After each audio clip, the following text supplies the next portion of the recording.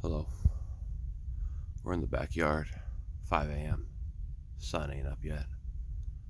Welcome to the talk yard. We're going to read an excerpt. We're going to read two excerpts, actually. One from Don Quixote, chapter 38, during Don Quixote's Discourse in Arms and Letters. And then we're going to read Holy Sonnet 10 by John Donne, also 1600s. I don't know why, but we're gonna.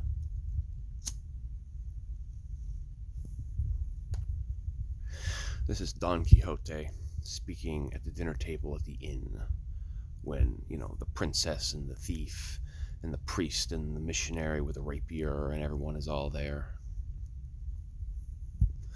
He says, "It is a well-known fact that what costs the most is esteemed and should be esteemed the most. If someone achieves eminence in letters, it costs him time, loss of sleep, hunger, nakedness, headaches, indigestion, and other things associated with it. But for one to become a good soldier, it costs him everything it costs a student, but in such a larger degree that there is no comparison possible, because at every step he's in danger of losing his life.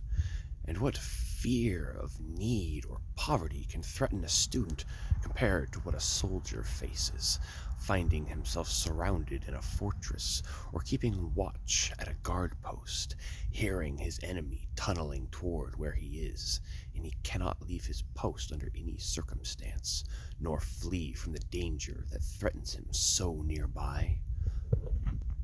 All he can do is inform his captain what is happening, so that he can try to destroy the tunnel and stay there quietly, fearing and expecting that at any moment he'll go flying to the clouds without wings and crash to the ground against his will. And if this appears to be just a slight danger, let's see if it's equaled or surpassed when two galleys attack each other, prow to prow, in the middle of the spacious sea, locked and lashed together, so that the soldier has no more room than the point of the prow to stand on.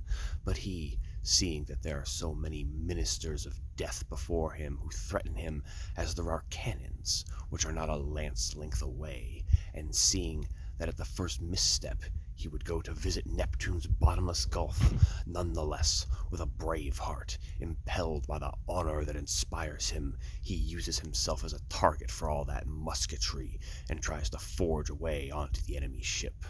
And what should be admired the most is that hardly has one fallen to where he cannot be raised until the end of time, when another takes his place. And if this one also falls into the sea, which itself waits for him like an enemy, another and another follow him, without any time between their deaths. This is the greatest bravery and daring that can be found in any of the perils of war."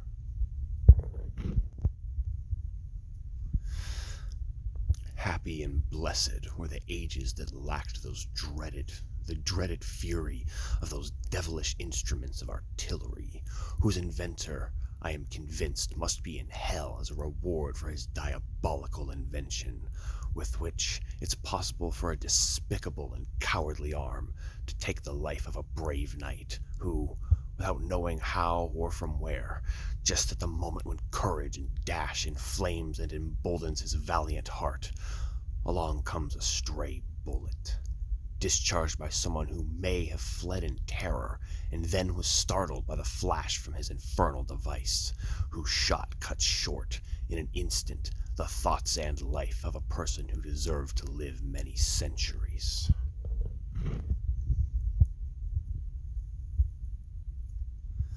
So, considering this, I'm almost about to say that in my heart I'm sorry I took up this calling as a knight-errant in such a detestable age as the one we now live in, because, although I fear no danger, still it troubles me to think that powder and bullets can take my chance away to be famous throughout the known world by the might of my arm and the blade of my sword.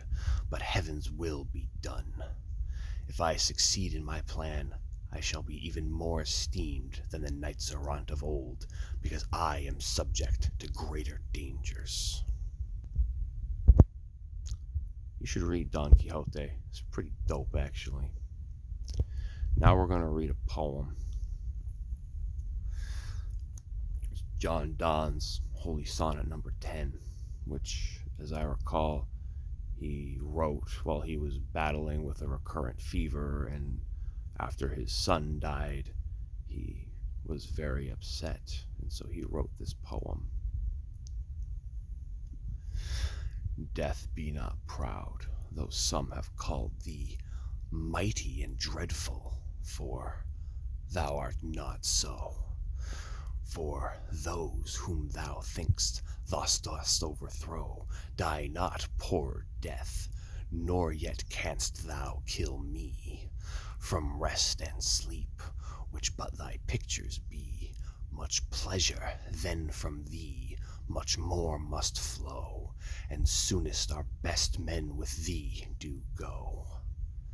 Rest of their bones and soul's delivery, thou art slave to fate, chance, kings, and desperate men, and dost with poison, war, and sickness dwell, and poppy or charms can make us sleep as well. And better than thy stroke, why swell'st thou then? One short sleep past, we wake eternally, and death shall be no more. Death, thou shalt die. So a friend of mine died the other night, and this is the same week that another friend of mine died last year from a fentanyl overdose.